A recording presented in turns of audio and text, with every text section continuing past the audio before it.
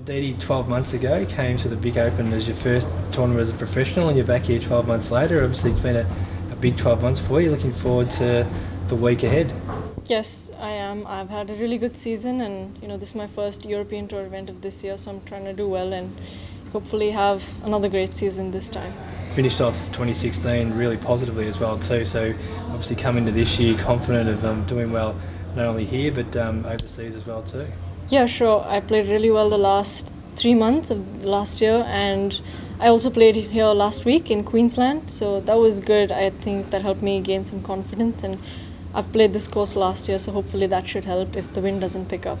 Just going to say, talk about your experiences from last year and what you've learned to come back this year to go one better. Yeah, well, last year I think the wind was a big factor for me, especially some of the headwind holes. I really didn't score on them well, so this time I've played 2 practice rounds on the beach. I'm going to play 1 more tomorrow on the creek, and hopefully I'll be able to manage the wind better, and I'm hitting it a bit longer than I did last year, so that should help.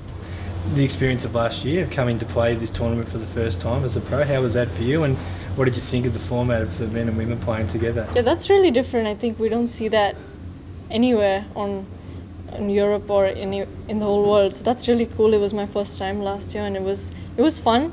It's different, but yeah, it was a good experience being my first time here, and now it's my second year, so hopefully I can do better than I did last year. Which of the courses do you prefer to play on, the beach or the creek? I like the beach better because I think the greens are slightly better than they are on the creek, but in general I just like the layout of the beach.